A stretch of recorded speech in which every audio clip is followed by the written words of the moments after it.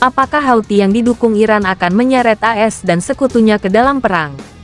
Sejauh ini, telah terjadi 30 serangan oleh kelompok Houthi yang didukung secara finansial oleh Iran terhadap kapal-kapal internasional dan komersial di Laut Merah sejak pertengahan November, dan mereka tidak menunjukkan tanda-tanda akan berhenti.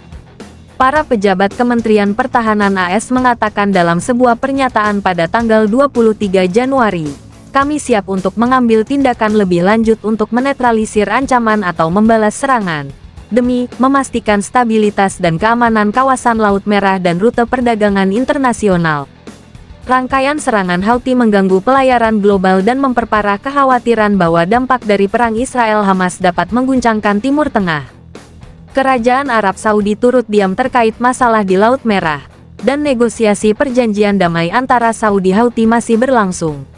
Apakah AS bisa menang melawan kelompok yang telah dilawan Arab Saudi, namun tidak berhasil, selama hampir 1 dekade?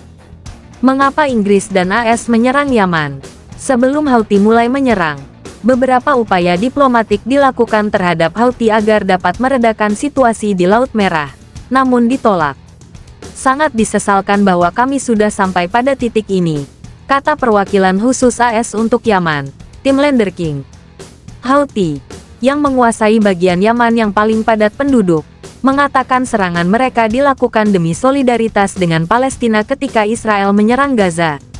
Namun pada kenyataannya, mereka menargetkan kapal apapun yang masuk ke dalam jangkauan, membahayakan anggota awak dan kargo. William Wessler dari lembaga think tank Atlantic Council percaya bahwa AS dan Inggris tidak punya pilihan lain selain membalas dengan kekuatan.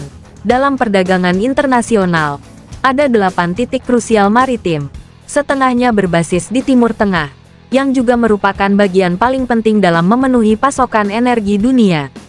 Houthi secara langsung mengancam salah satu dari ini, Selat Bab el-Mandeb, dengan cara yang sangat tidak bisa, kata Wessler.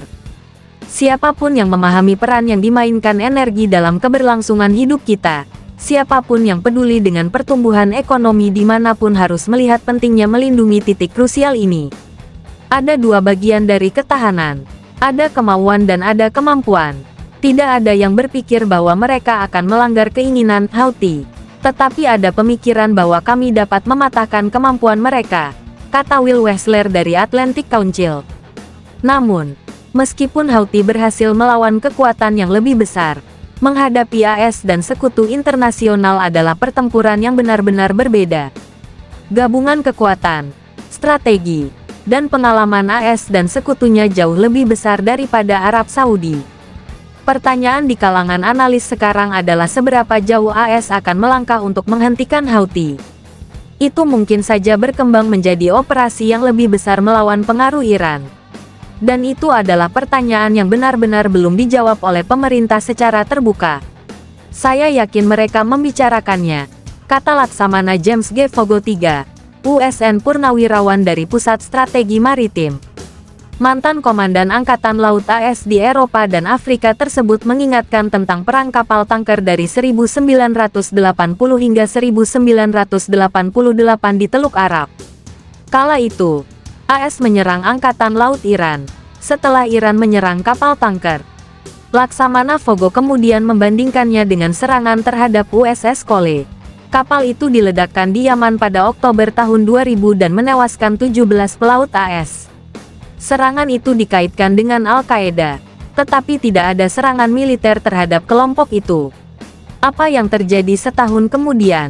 9/11 serangan terhadap AS katanya, menggarisbawahi perasaannya bahwa aksi militer diperlukan.